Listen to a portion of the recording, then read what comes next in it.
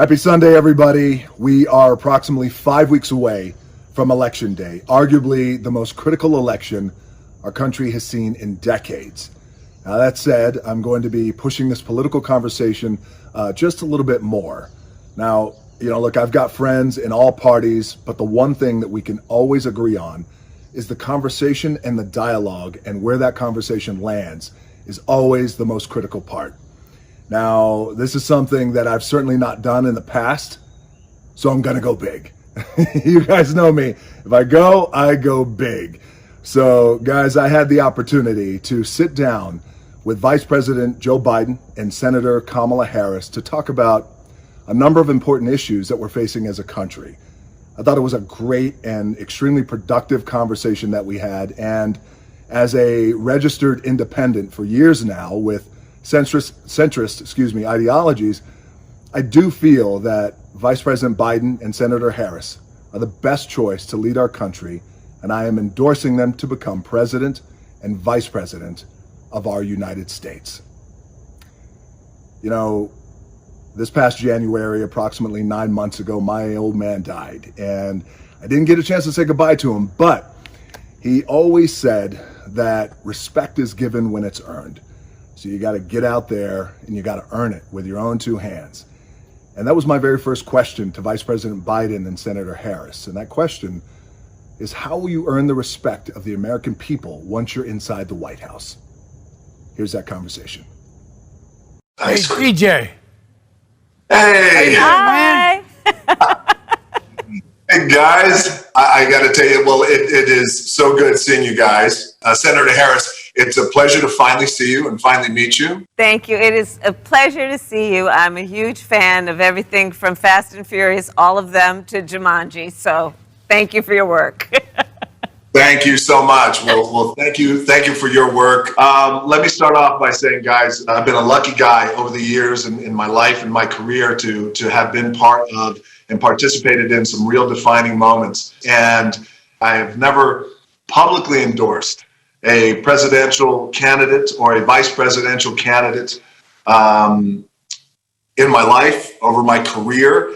So I figured let's kick this conversation off this way by me officially publicly endorsing you both to become president and vice president of our great country. Oh, that's fantastic. Thank you. That's means a great incredible. deal to us, for real. Thank you. Really. Thank you. You guys are both obviously experienced to lead. You've done great things. Joe, you've had such an incredible career. You've led, in my opinion, with great compassion and heart and drive, but also soul. And you and I talked about that in the past and how important soul is. And Kamala, I'm going to embarrass you just for a little bit because I'm going to talk a little bit about your amazing experience. And you have been an attorney, a district attorney, a state attorney, a U.S. senator, smart, tough. I've seen you in those hearings. And in my opinion, you are a certified badass.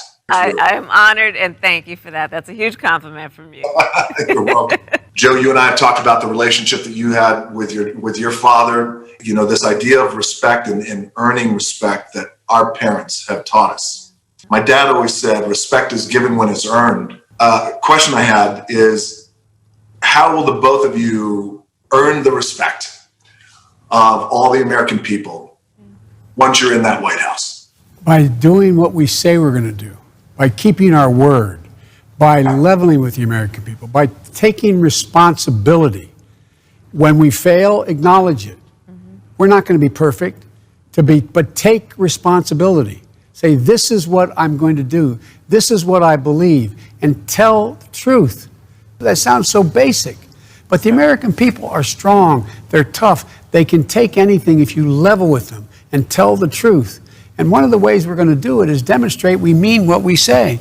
Our administration, DJ, is going to look like America. It's going to be representative of all of America.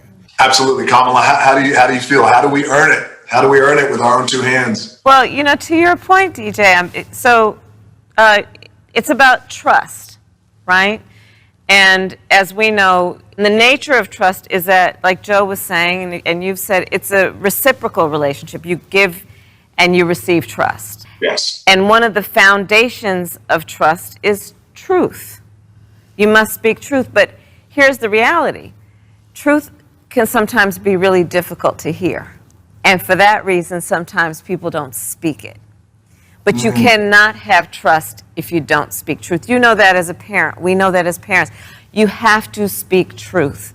And as long as there is an understanding that it is being spoken not to confront, not to hurt, but to deal with things the way they must be handled, I think that has to be part of the core of what we do as we go forward, because to your point, we're facing as a country so many challenges, and people are grieving. I mean, people are grieving the loss of life, the loss of jobs, the loss of certainty, the loss of normalcy. And to heal and get through this, we're going to have to be honest about what healing will require. Yes. And that's one of the things that Joe and I really do have in common, which is we're motivated by healing, but we know to do that, we have to be honest about what it's going to take. Yes, absolutely. You know, and to that point, when you're honest with a scenario and people who you care about, and obviously you guys, all of us care deeply about our American people, that when you mentioned the word decency, you mentioned the word respect and honesty, dealing with this, but it also, it leads right into making progress, but through a humanity, and how important that progress is, but through humanity. And thank you for saying that. Truth and progress through humanity. I like the tie-in there of what Vice President Biden and Senator Harris said about truth, because as we all seek the truth, and as we all want to do our best to speak truthfully to each other, it's not to confront, it's not to hurt, but it's to make progress. And you know, to me, there's a lot of ways that we as a human race can make progress, but the most powerful way for us to make progress, to me, is through humanity, is through decency. Progress through humanity, progress through decency, through equality, progress through kindness, because kindness matters. I appreciate you guys joining me in this conversation here, and there is much more to come.